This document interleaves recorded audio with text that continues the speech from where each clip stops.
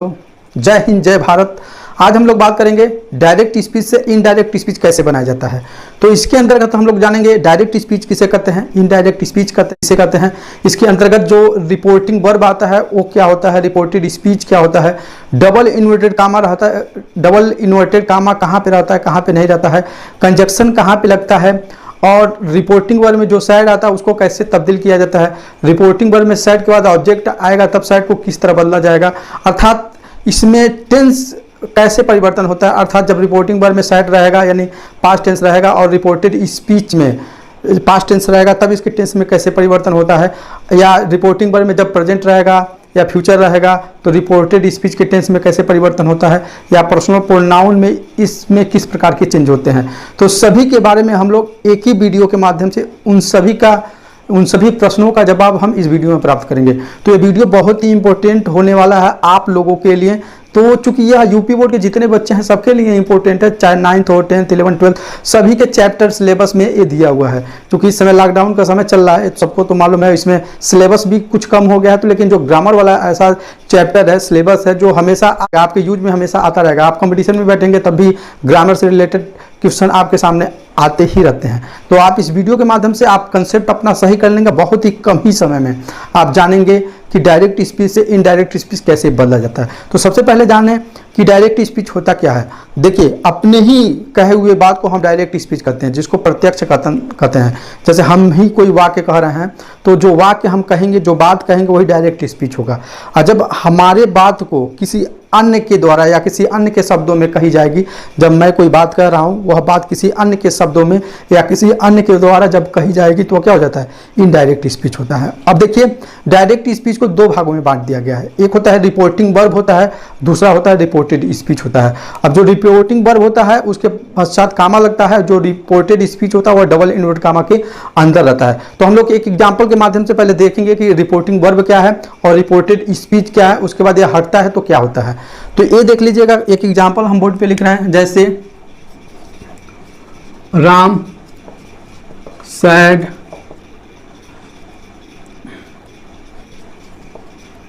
You are good boy. Ram said you are good boy, ये देखिए direct speech है, इसको हम डायरेक्ट स्पीच करते हैं। ये जो जितना वाक्य है डायरेक्ट स्पीच है। या कोई और लिख सकते हैं, he said to me, he said to me you are going to school। ये डबल इनवर्ट कामा। अभी देखिए, ये जो डबल इनवर्ट कामा के अंदर ये रहता है और ये कामा के पहले रहता है। अब इसको देख लीजिएगा, इसको मान लीजिए फर्स्ट है, इसको मान लीजिए सेकंड। अब पहले ध्यान से समझ लीजिएगा, सेकंड वाले वाक्य को हम ले रहे हैं। अब इसमें देखिए दो पार्ट है, ये फर्स्ट पार्ट है और ये आपका क्या है, सेकेंड पार्ट है। तो जो फर्स्ट पार्ट है इसको हम क्या कहते हैं, रिपोर्टिंग वर्ब। इसको क्या कहते हैं, रिपोर्टिंग वर्ब। इसको रिपोर्टिंग वर्ब कहेंगे या आर भी कह देंगे, ठीक। अभी सेकेंड वाला जो पार्ट है इसको क्या कहते हैं, रिपोर्टेड स्पीच। रिपोर्टेड स्पीच इसको कहते हैं, इसको आर एस भी कह सकते हैं, रिपोर्टेड स्पीच कहते हैं। अब समझ लीजिएगा, अब ये जो कथन है, जैसे ही सेड टू मी, वो मुझसे कहा you are going to school, तुम स्कूल जा रहे हो, तो ये प्रत्यक्ष कथन है। क्या है, प्रत्यक्ष कथन, जिसको डायरेक्ट स्पीच कहते हैं। अब इसमें क्या है, ये तो सेकंड वाला पार्ट डबल इन्वर्टेड कामा के अंदर है और ये कामा के पहले है। अब इसको हटाने के लिए, इसको बनाने के लिए सबसे पहले क्या करते हैं, ऊपर वाले फर्स्ट वाले को ले लीजिएगा, इसको हम सॉल्व कर रहे हैं तो क्या हो जाएगा, राम सेड।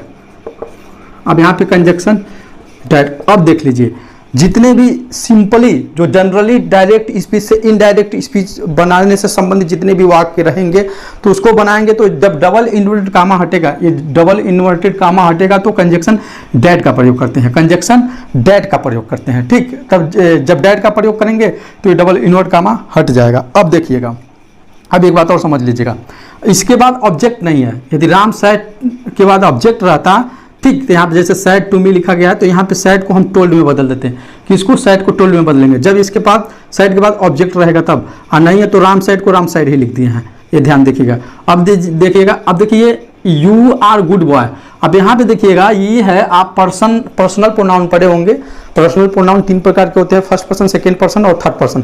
फर्स्ट पर्सन में क्या आता है, आई और वी आता है, सेकंड पर्सन में यू आता है, थर्ड पर्सन में ही, सी, इट, दे आता है। ये आपको पढ़े होंगे, स्टडी होगा पहले से। तो अब देखिएगा इसमें जो पर्सन भी चेंज होता है, पर्सन चेंज होता है, टेंस से चेंज होता है, ये दोनों की महत्वपूर्ण भूमिका होता है। तो सबसे पहले हम जानेंगे कि पर्सन चेंज कैसे होता है, बहुत इंपॉर्टेंट है। आप एक बार समझ लेंगे तो हमेशा ये जब भी 12th तक जाएंगे या 12th में पढ़ रहे होंगे, आगे कंपटीशन में जाएंगे, तहाँ तक यह काम करेगा।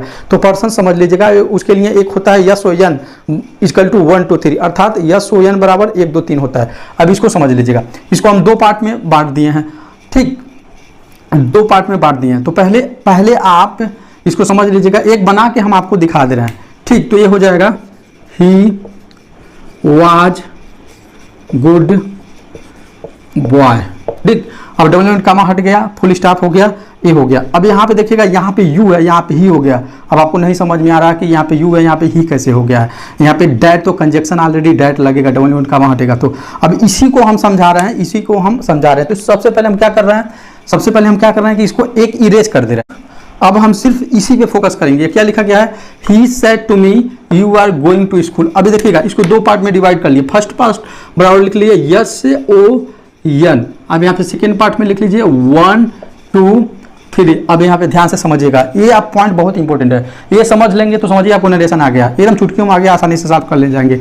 अभी 1 का मतलब ये हो जाएगा, इस वाले पार्ट में, यानी रिपोर्टेड स्पीच वाले पार्ट में, ये जितना रिपोर्टेड स्पीच, ये जो तीनों 1 2 3 जो कहा जा रहा है, इस वाले पार्ट के लिए, रिपोर्टेड स्पीच वाले पार्ट के लिए कहा जा रहा है। और जो यस ओ एन की बात कर रहा है, वो रिपोर्टिंग वर्ब, इस वाले वाक्य की बात कर रहा है, ठीक है। यस ओ एन इससे तुलना किया जाएगा, और 1 2 3 इस वाले रिपोर्टेड स्पीच से तुलना किया जाएगा। इस बात पे ध्यान दीजिएगा। अब 1 का मतलब ये हो गया कि इस वाक्य में 1 यानी फर्स्ट पर्सन कर रहा है, इस वाक्य में कहीं भी फर्स्ट पर्सन आया हो तब उसका मतलब 1 का मतलब ये हो जाएगा। सेकंड का मतलब ये हो जाएगा, इस वाक्य में कहीं भी सेकंड पर्सन आया हो तो, और थर्ड का मतलब ये हो जाएगा, इस वाक्य में कहीं भी थर्ड पर्सन आया हो तो। फर्स्ट पर मतलब आई वी आया हो, आई वी का ऑब्जेक्ट भी आया हो या उसका पॉजिटिव भी आया हो। सेकंड का मतलब इस वाक्य में उसका सब्जेक्ट आया हो या ऑब्जेक्ट आया हो या पॉजिटिव आया हो, कहीं भी, यहाँ से लास्ट तक इस वाक्य में कहीं भी। थर्ड पर्सन का मतलब ये हो गया, इस वाक्य में कहीं पे भी इसका ही सी इट यानी सब्जेक्ट आया हो, ऑब्जेक्ट हिम हर आया हो या देम आया हो, या इसका पॉजिटिव हिज हर देयर कहीं भी इस वाक्य में आया हो, उसकी बात कर रहा है। अब देखिए, यस का मतलब सब्जेक्ट, इस वाक्य का सब्जेक्ट की बात कर रहा है, ठीक। ओ का मतलब ऑब्जेक्ट, इस वाक्य के ऑब्जेक्ट की बात कर रहा है। एन का मतलब नो चेंज। अब यहाँ पे देख लीजिएगा एक बार और, यस का मतलब, अब यहाँ पे देखिएगा, यस का मतलब क्या हो जाएगा आपका सब्जेक्ट।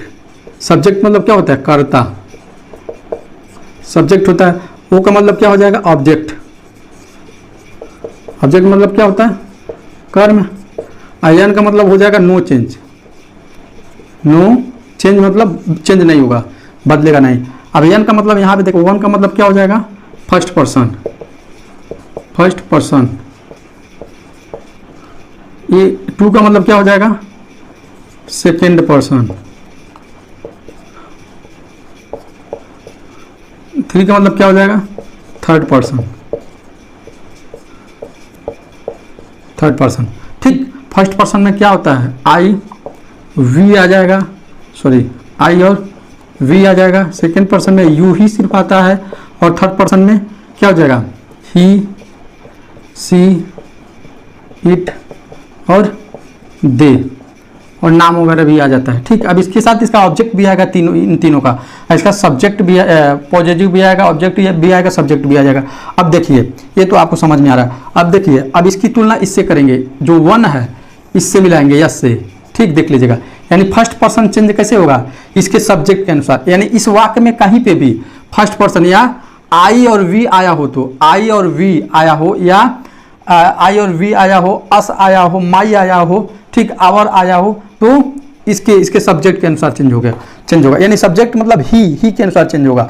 ही सब्जेक्ट है तो इसमें भी सब्जेक्ट चेंज होगा। यहाँ पे ऑब्जेक्ट है तो ऑब्जेक्ट चेंज होगा, इस वाक्य में कहीं भी आया हो, या पॉजिटिव आया है तो पॉजिटिव चेंज होगा उसी के अनुसार, ठीक। अब सेकेंड पर्सन का मतलब ये हो जाएगा, सेकेंड पर्सन का मतलब ऑब्जेक्ट के अनुसार। ऑब्जेक्ट यानी इस वाक्य में यदि जो ऑब्जेक्ट है, ठीक, इसमें सब सेकेंड पर्सन आया है तो इसके ऑब्जेक्ट के अनुसार चेंज होगा। यानी सब्जेक्ट है तो इसके अनुसार मी है तो इसका आई हो जाएगा। यदि ऑब्जेक्ट है तो मी का क्या हो जाएगा, मी ऑब्जेक्ट है। यदि पॉजिटिव चेंज होगा तो पॉजिटिव का जैसे यू का क्या हो जाएगा, योर हो जाएगा। यानी इस वाक्य में जो चेंजिंग होगा सेकेंड पर्सन कहीं पे आया होगा तो इस वाक्य के ऑब्जेक्ट के अनुसार हो जाएगा। एक बात और, यदि ऑब्जेक्ट नहीं दिया रहता है तो ऑटोमेटिक थर्ड पर्सन का ऑब्जेक्ट मान लिया जाता है। ठीक, अब यहाँ के थ्री का मतलब क्या हो गया, थ्री का मतलब ये हो जाएगा इस वाक्य में कहीं पे भी थर्ड पर्सन आया हो, इस वाक्य में कहीं पे भी थर्ड पर्सन आया हो तो क्या होगा, यन मतलब नो चेंज। यहाँ लिखे हैं ना नो चेंज, यानी वह नहीं बदलेगा। ठीक, अब इतना तो समझ में आ गया कैसे कैसे ये चेंज होगा। इस S O N equal to 1 2 3 इसको आप याद कर लेंगे। S O N equal to 1 2 3, S O N equal to 1 2 3। अब इसको बनाएंगे, देखिएगा। अब ही साइड को किस में बदलेंगे, टोल्ड। जब ऑब्जेक्ट दिया रहेगा तो साइड को किस में बदलेंगे, टोल्ड में बदलेंगे। अब जो इन्फिनेटिव टू है इसको हटा देते हैं तो हो जाएगा he told me, he told मी। उसके बाद कंजक्शन डबल इनवर्ट का हटाएंगे तो डैट लगेगा, क्या हो जाएगा, that. He told me that हो गया। उसके बाद यू किसके अनुसार चेंज होगा, हम बोले ना, यानी सेकेंड पर्सन इसमें आया हुआ है तो सेकेंड पर्सन क्या है, इसके ऑब्जेक्ट के अनुसार। ऑब्जेक्ट में क्या है, मी, तो मी एक सब्जेक्ट के स्थान पे है तो सब्जेक्ट क्या हो जाएगा, आई हो जाएगा। ठीक, आई। ठीक, टेंस कौन सा है, टेंस कौन सा है, यहाँ पे प्रेजेंट कंटिन्यूअस है तो इसके अगले वाले टेंस में, अब सुन लीजिएगा, यहाँ पे पास्ट टेंस है। यहाँ पे यदि कोई प्रेजेंट इंडेफिनिट आ रहा है तो पास्ट इंडेफिनिट में टेंस चेंज हो जाएगा। यदि प्रेजेंट कंटिन्यूअस आ रहा है तो पास्ट कंटिन्यूअस में टेंस हो जाएगा। यदि प्रेजेंट परफेक्ट आ रहा है तो पास्ट परफेक्ट टेंस में चेंज हो जाएगा। यदि प्रेजेंट परफेक्ट कंटिन्यूअस टेंस आ रहा है तो पास्ट परफेक्ट कंटिन्यूअस टेंस में चेंज हो जाएगा, इसमें आएगा तब। ठीक, और एक और रूल है, यदि यहाँ पे भी पास्ट है और यहाँ पे पास्ट इंडिफिनिट है तो पास्ट परफेक्ट टेंस में चेंज हो जाएगा। यहाँ पे पास्ट परफेक्ट टेंस है तो पास्ट परफेक्ट टेंस में ही रहेगा। ठीक, उसको पास्ट परफेक्ट कंटिन्यूअस टेंस में चेंज कर सकते हैं। यदि यहाँ पे पास्ट परफेक्ट टेंस है या पास्ट परफेक्ट कंटिन्यूअस टेंस है तो उसके टेंस में कोई परिवर्तन नहीं होगा, हम जैसा का तैसा क्या करेंगे, लिख लेंगे। सिर्फ पर्सनल जो प्रोनाउन है वो इसमें चेंज होगा। तो यहाँ पे क्या हो जाएगा, दैट आई वाज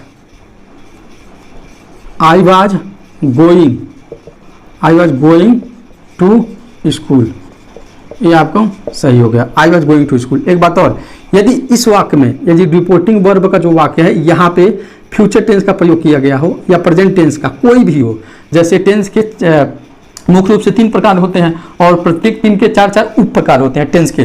तो जो प्रेजेंट टेंस के 4 उप प्रकार हैं यहाँ पे प्रयोग किया गया हो तो इसके टेंस में कोई परिवर्तन नहीं होगा। इसके टेंस में क्या कहते हैं, कोई परिवर्तन नहीं होगा। यहीं पे यदि फ्यूचर टेंस का प्रयोग किया गया हो तो इसके टेंस में कोई परिवर्तन नहीं होगा। ठीक, लेकिन यहाँ पे शैल का, विल का ठीक प्रयोग किया गया हो और यहाँ पे पास्ट टेंस हो तो शैल को हम शुड में और विल को वुड में बदल देते हैं। ठीक, इतना तो आपको नॉलेज है, ये आसानी से बताया जा सकता है, बताया गया है। अब सुनिए, यदि यह इंटरगेटिव आता है, ठीक, इंटरगेटिव, यदि यह इंटरगेटिव आता है तो इंटरगेटिव में यदि वाक्य जो रिपोर्टेड स्पीच वाला वाक्य इंटरगेटिव है तो उसमें इंटरगेटिव में क्या होता है ये समझ लीजिएगा। इसका एक एग्जाम्पल आपको समझा दे रहे हैं, उसके बारे में बता रहे हैं। उम्मीद है कि आपको इतना समझ में आया होगा। एक बार इसको समझ लीजिएगा, यह 1 2 3 यानी first person, second person, third person, इस वाक्य में कहीं पे भी फर्स्ट पर्सन आया हो, सेकेंड पर्सन आया हो, थर्ड पर्सन आया हो, उसकी बात कर रहा है। यस एन इक्वल टू इस वाक्य के सब्जेक्ट, ऑब्जेक्ट और नो चेंजिंग की बात कर रहा है। तो 1 का मतलब सब्जेक्ट से परिवर्तन होगा, ही से, यू सेकेंड पर्सन आया तो इसका ऑब्जेक्ट से परिवर्तन होगा, इसमें थर्ड पर्सन आया हो तो नो चेंज, उसमें कोई परिवर्तन नहीं होगा। अब इंटरगेटिव की बात कर ले रहे हैं। इंटरगेटिव से संबंधित जो वाक्य होते हैं, जैसे देखिए, he said to me, are you going to school, are you going to school, पहला आ गया। दूसरा देखिए, he said to me, what is your name, what is your name,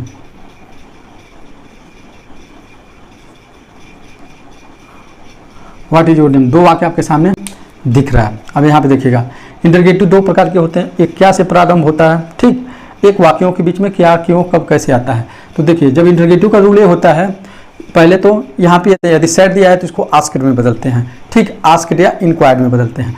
अब यहाँ पे देखिएगा, यदि हेल्पिंग वर्ब से शुरू होगा, यहाँ पे दिख रहा है हेल्पिंग वर्ब से शुरू होगा तो कंजक्शन इफ लगेगा, ठीक। यदि WH टाइप क्वेश्चन से शुरू होगा तो जो WH टाइप होता है वही क्या कहता है, कंजक्शन का काम करता है। तो यहाँ पे देखिएगा, अब पहला जो हम बना रहे हैं तो क्या हो जाएगा, ही आस्क्ड इन्फिनेटिव हट जाएगा मी। अब यहाँ पे देखिए चूंकि हेल्पिंग वर्ब से शुरू हुआ है तो इफ़ हो जाएगा, इफ़। अब इसके बाद ये वाक्य क्या होता है, जनरल बन जाता है, जनरल में चेंज कर देते हैं इसको, जनरल में। तो क्या हो जाएगा, जनरल में क्या हो जाएगा, इफ़ ही किसके अनुसार चेंज होगा, ये जो यू है इसके ऑब्जेक्ट के अनुसार, पूरा रूल पहले जैसा ही काम करेगा। तो ऑब्जेक्ट क्या है, तो यहाँ पे आई हो जाएगा, आई। उसके बाद टेंस में हम परिवर्तन करेंगे, पास्ट टेंस, यहाँ पे पास्ट टेंस है तो I was going to school, I was going to school, full stop लगाएंगे, प्रश्नवाचक चिन्ह हट जाएगा। देखिए क्या चिन्ह है, आस्क्ड हो गया, कंजक्शन इफ लगा है, बाकी जो वाक्य जनरल बना देते हैं। कब, जब हेल्पिंग वर्ब से शुरू है तब इफ लगा देंगे। जब यहीं पे दूसरा देखिएगा, ये तो आपका पहला है, अब यहीं पे आप दूसरा देखिएगा, अब यहाँ पे क्या है, हेल्पिंग वर्ब नहीं है, वाट से शुरू हुआ है, तो इसमें क्या करते हैं, वाट को ही हम क्या कंजक्शन बना लेंगे। तो हो जाएगा ही आस्क्ड मी, ठीक। अब यहाँ पे हो जाएगा ही आस्क्ड मी वाट, ठीक, वाट, ये किसके अनुसार चेंज होगा, ये यू आया, योर आया, तो इसके वाट इज है ना, तो वाट माई नेम, इसको वाज में बदल देंगे, वाज, ठीक, प्रश्नवाचक चिन्ह हटा देंगे, फुल स्टॉप लगा देंगे। क्या है, हिप लगा है, और यहाँ पे साइड को हम आस्क्ड में बदल दिए हैं। दूसरे में यदि WH टाइप आएगा, जैसे हो गया हूँ, वाई, वेयर, हाउ, वेन, मतलब ये सब आएगा, तो उसको ही हम क्या कंजक्शन बना लेते हैं। कंजक्शन बना करके शेष वाक्य को सिंपल तरीके से बदल देते हैं। और जो पर्सनल प्रोनाउन होता है, यानी पर्सन जो उसमें आएगा तो पूर्व के अनुसार ही उसमें बदला जाएगा, तब्दील किया जाएगा। और इसमें जो टेंस होते हैं, यदि पास्ट टेंस में रिपोर्टिंग वर्ब है तो उसके अनुसार अगला भी चेंज होगा। यदि फ्यूचर टेंस में है या प्रेजेंट टेंस में है तो उसके टेंस में कोई परिवर्तन नहीं होगा, उसी तरह सिंपल में ले जाकर के चेंज करके हम कन्वर्ट कर देंगे। तो जो नरेशन का है, उम्मीद है कि ये जो समझाए हैं आपको समझ में आया होगा। अगले वीडियो में और भी बात करेंगे इससे रिलेटेड, जो भी न्यू टॉपिक होगा या इसका अगला जो पार्ट है हम लेकर के आएंगे। इस चैनल पे हमने है तो मेरे दोस्तों सबसे पहले इस चैनल को लाइक सब्सक्राइब कर दीजिए। दोस्तों जय हिंद, जय भारत। जय हिंद, जय भारत। मेरे दोस्तों आज हम लोग इस वीडियो में ये पढ़ेंगे कि यदि रिपोर्टिंग वर्ब पास्ट टेंस में हो और रिपोर्टेड स्पीच प्रेजेंट टेंस में हो तो उसको डायरेक्ट स्पीच से इनडायरेक्ट स्पीच बनाते समय पास्ट टेंस में नहीं बदलते हैं। आखिर में क्यों, क्या कारण है, इसी कारण के बारे में आज हम लोग इस वीडियो में जानेंगे। इसके ऊपर एक वीडियो बना करके अपलोड किया जा चुका है, आप उसको जा करके देख लीजिएगा।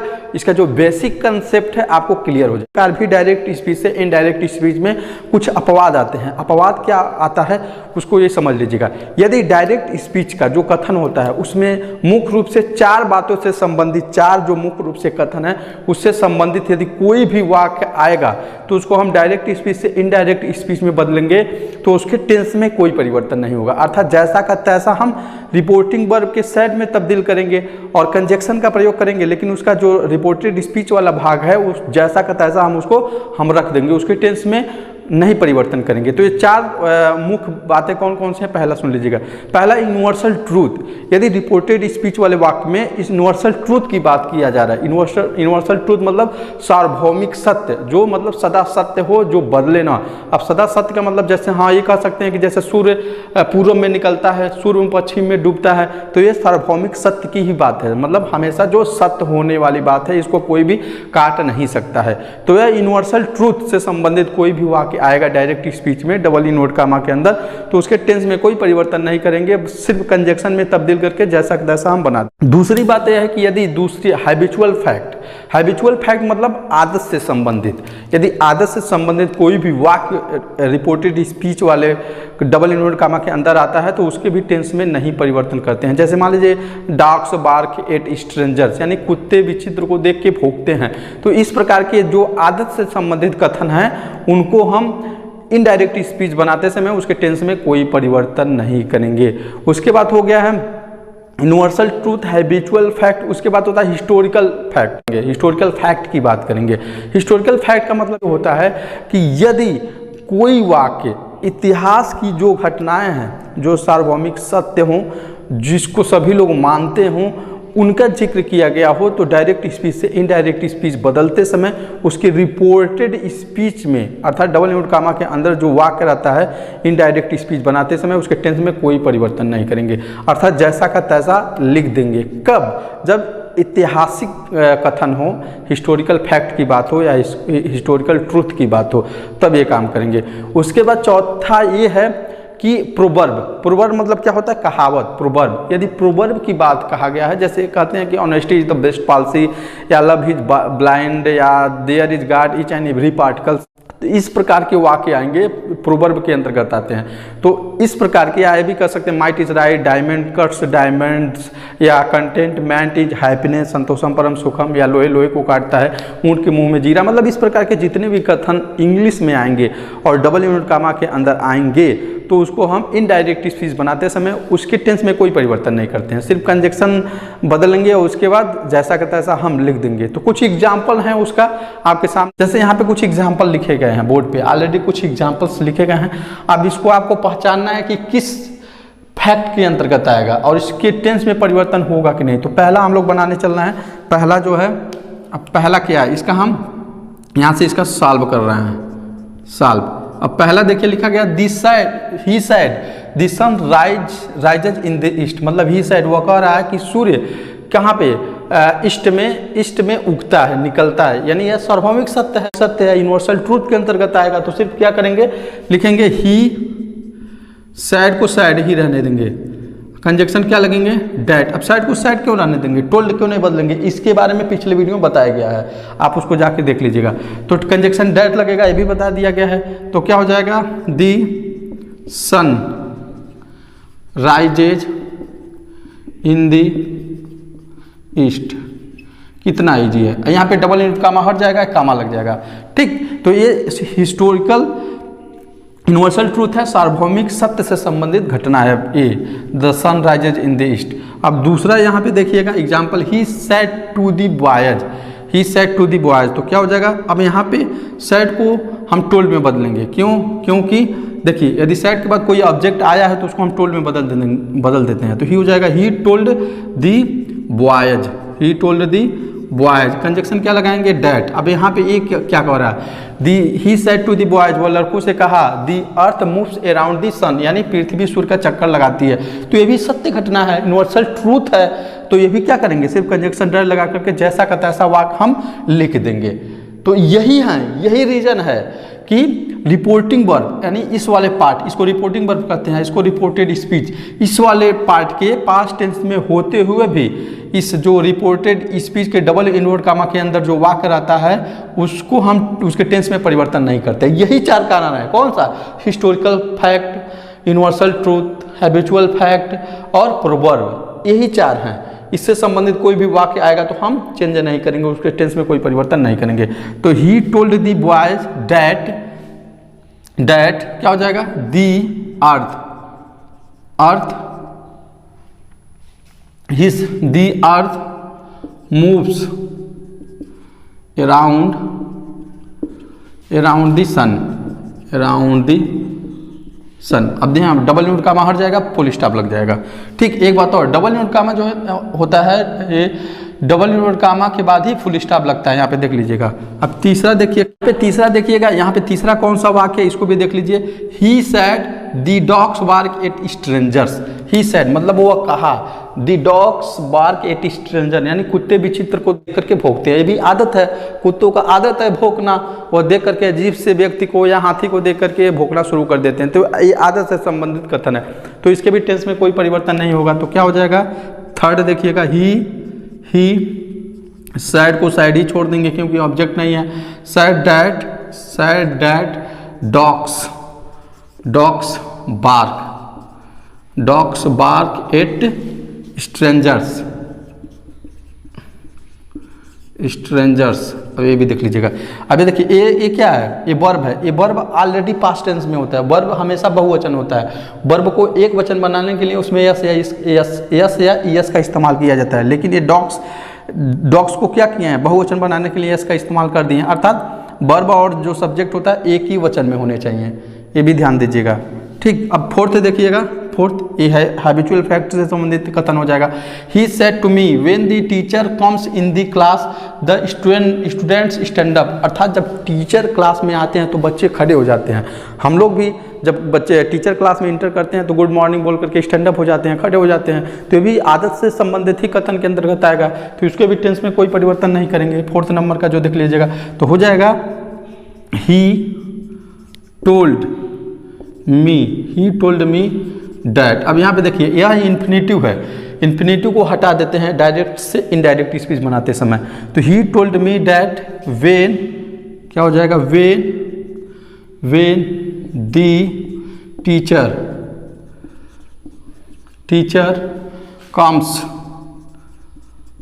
Comes in the class comma the students stand up. देखिए स्टूडेंट स्टैंड अप, खड़े हो जाते हैं, full stop, double note comma हट जाएगा। ठीक, ये भी आदत से संबंधित कथन है, इसलिए क्या हो जाएगा, इसलिए इस जैसा का तैसा लिख देंगे। अब फिफ्थ देखिएगा, फिफ्थ 5वें नंबर का, the teacher said Kalidas is the Shakespeare of India, यानी कालिदास कौन है, शेक्सपियर ऑफ इंडिया, भारत के शेक्सपियर हैं। ये तो ऐतिहासिक बहुत पहले की घटना नहीं है। कालिदास एक फेमस क्या है, कवि हैं, कालिदास फेमस कवि हैं। शाकुंतलम, रघुवंशम, मतलब ये संस्कृत के कवि हैं, तो इनकी तुलना शेक्सपियर से की जाती है। कहा जाता है कि भारत के जो कालिदास हैं शेक्सपियर हैं। तो ये भी सत्य है, सत्य है, क्या है, सत्य है, हिस्टोरिकल के अंतर्गत आएगा, हिस्टोरिकल फैक्ट के अंतर्गत आएगा। तो इसमें भी हम क्या करेंगे, इसके टेंस में कोई परिवर्तन नहीं करेंगे, जैसा का तैसा डैड लिख करके लिख देंगे। तो हो जाएगा दी teacher said that Kalidas is the Shakespeare. Kalidas is the Shakespeare of India।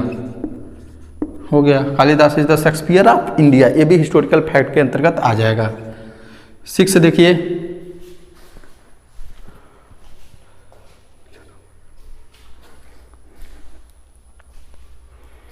Start. 6 देखिए, 6 ये लिख रहा है, यहाँ पे देखिएगा, यहाँ पे he said honesty is the best policy, he said honesty is the best policy. ये क्या है, ऑनेस्टी एक बेस्ट पॉलिसी है, तो ये हमारा क्या है, ये प्रोवर्ब के अंतर्गत आएगा। Honesty is the best policy, love is blind, या डायमंड्स कट्स डायमंड्स, या कंटेंटमेंट इज हैप्पीनेस, मतलब इस प्रकार के जितने भी वाक्य होंगे जो प्रोवर्ब होगा, तो हो जाएगा ही said that honesty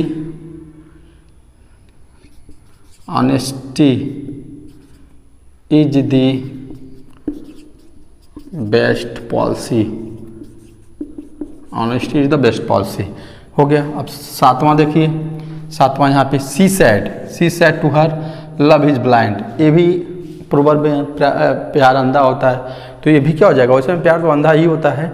आपको एक घटना उत्तर प्रदेश की याद होगा जो शबनम से रिलेटेड था, जिसने लव के चक्कर में अपने ही घर के 7 लोगों का मर्डर कर दिया और बाद में चिल्लाना शुरू कर दिया कि इसको किसने मारा था। लेकिन बाद में पुलिस वाले ने पता करके उसको गिरफ्तार किया और वह दोषी ठहरी गई, और वह पहली महिला है जिसको फांसी की सज़ा हुई है, फांसी की सज़ा दी गई है। आपके स्थानीय court, high court, supreme court सभी ने फांसी की सज़ा दे दी है। तो यदि उसको फांसी हो जाती है तो वह भारत के स्वतंत्र भारत के इतिहास में पहली बार होगा कि किसी औरत को फांसी दी जाएगी। अभी दिया नहीं गया है, दी जाएगी यदि हो गया तो। ठीक, तो कहा भी जाता है लव इज ब्लाइंड, प्यार अंधा होता है, यह एक छुहाड़े की तरह है। शुरू में तो खूब आनंद आएगा, लेकिन साल भर के बाद इसका मज़ा निकल जाएगा। तो यहाँ पे हो जाएगा she said to her love is blind, तो क्या हो जाएगा, शी टोल्ड हर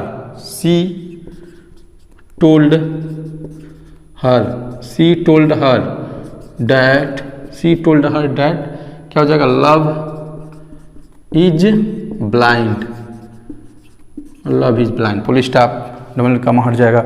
8वां देखिएगा, 8वां, he said to me, he can go to school, he said to me he can go to school.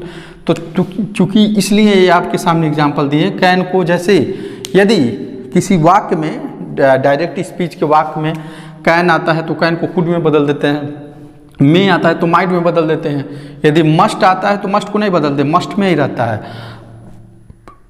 Out आता है तो आउट को आउट में ही छोड़ देते हैं, कुड आता है तो कुड को कुड में ही, शुड आएगा तो शुड को शुड में ही, वुड आएगा तो वुड को वुड में ही, माइट आएगा तो माइट को माइट में ही, यूज्ड टू आएगा तो यूज्ड टू में ही चेंज करेंगे, इसमें कोई चेंजिंग नहीं होता है। डायरेक्ट स्पीच के वाक्य में यदि ये सब आता है तो इनडायरेक्ट स्पीच बनाते समय सिर्फ कैन में को कुड माइट में चेंज करते हैं, बाकी ये सब जैसा का तैसा लिख देते हैं। ठीक, तो उसी प्रकार इसका एग्जाम्पल 8 नंबर 8 का है। देखिए, ही सेड टू मी, तो क्या हो जाएगा, he told me that, he told me that, क्या, he can go to school, तो हो जाएगा he could go to school, he could go to school, he told me that he could go to school, वह school जाता है। तो ये narration से संबंधित जो कुछ ऐसे वाक्य आपके सामने आ जाते हैं जिसके टेंस में परिवर्तन नहीं होता है, उससे संबंधित है वाक्य। क्योंकि आपको मालूम है कि हम इसके पहले बता चुके हैं, ये वाला जो पार्ट है, ये वाला पार्ट, इसको हम क्या कहते हैं, रिपोर्टिंग वर्ब, इसको हम कहते हैं रिपोर्टिंग वर्ब कहते हैं, रिपोर्टिंग वर्ब, इसको हम आरवी भी कह सकते हैं, रिपोर्टिंग वर्ब। और जो ये वाला पार्ट है, ये वाला, इसको हम क्या कहते हैं, रिपोर्टेड स्पीच, रिपोर्टेड स्पीच बोलते हैं, रिपोर्टेड स्पीच बोलते हैं, या इसको आरएस भी कह सकते हैं, रिपोर्टेड स्पीच कहते हैं। अब इसको हम अच्छे से ये बता चुके हैं कि इसको सैड को कब टोल्ड में बदला जाएगा, एक बार और समझ लीजिएगा। यदि इसके बाद ऑब्जेक्ट कोई दिया जाता है तो सैड को टोल्ड में बदल देंगे। ठीक, अब बाकी यदि पास्ट टेंस में है तो ये जो टेंस होता है, जो जनरली वाक्य होता है, ठीक, जनरली वाक्य होता है, जो 4 अपवाद आते हैं इनको छोड़ करके, तो हमेशा यदि यहाँ पे प्रेजेंट इंडेफिनिट टेंस है तो उसको पास्ट इंडेफिनिट टेंस में बदल देते हैं, प्रेजेंट कंटिन्यूअस टेंस है तो पास्ट कंटिन्यूअस टेंस में बदल देते हैं, प्रेजेंट परफेक्ट टेंस है तो पास्ट परफेक्ट टेंस में बदल देते हैं, मतलब एक एक स्टेप उसका आगे बढ़ा देते हैं। लेकिन यहीं पे, यहाँ पे भी पास्ट टेंस हो और यहाँ पे भी डायरेक्ट स्पीच में पास्ट इंडेफिनिट टेंस हो, तो उसको हम इनडायरेक्ट स्पीच बनाते समय इस टेंस को पास्ट परफेक्ट में बदल देते हैं। ठीक, यदि पास्ट कंटिन्यूअस टेंस आया है, पास्ट कंटिन्यूअस टेंस आया तो उसको हम किस में बदल देते हैं, पास्ट परफेक्ट कंटिन्यूअस टेंस में बदल देते हैं। दोनों ध्यान दीजिएगा, देखने वाली बात है। यदि इस वाक्य में यहाँ पे भी पास्ट टेंस रहेगा और रिपोर्टेड स्पीच वाले वाक्य में पास्ट इंडेफिनिट टेंस है, ठीक, तो इसको पास्ट परफेक्ट टेंस में बदलेंगे। और पास्ट कंटिन्यूअस टेंस है तो उसको हम पास्ट परफेक्ट कंटिन्यूअस टेंस में बदलेंगे। लेकिन 2 कंडीशन यहाँ पे भी है जो लागू होता है। यदि ये वाला वाक्य, इस वाले वाक्य में ये नहीं, दूसरा कोई वाक्य आएगा और इसमें टेंस में यदि पास्ट परफेक्ट टेंस हो या पास्ट परफेक्ट कंटिन्यूअस टेंस का इस्तेमाल किया गया हो रिपोर्टेड स्पीच वाले वाक्य में, तो उसको इनडायरेक्ट स्पीच बनाते समय उसके टेंस में कोई परिवर्तन नहीं होगा, तो कोई तब्दीली नहीं होगा। ये बात दिमाग में आप बैठा लीजिएगा। बस 2 ही टेंस कैसे आते हैं, पास्ट परफेक्ट टेंस और पास्ट परफेक्ट कंटिन्यूअस टेंस। जब रिपोर्टेड स्पीच वाले भाग में रहेंगे और रिपोर्टिंग वर्ब भी पास्ट टेंस में है तो इनडायरेक्ट स्पीच बनाते समय उसके टेंस में कोई परिवर्तन नहीं होगा, जैसा का तैसा हम लिख देते हैं। ठीक, इस बात को आप दिमाग में बैठा लीजिएगा, बहुत ही इंपॉर्टेंट है। तो ये पार्ट 2 है डायरेक्ट स्पीच से इनडायरेक्ट स्पीच बनाने का। पहला पार्ट हम बना करके अपलोड कर चुके हैं, उसको भी आप देख लीजिएगा। तो यहीं तक, जय हिंद, जय भारत मेरे दोस्तों।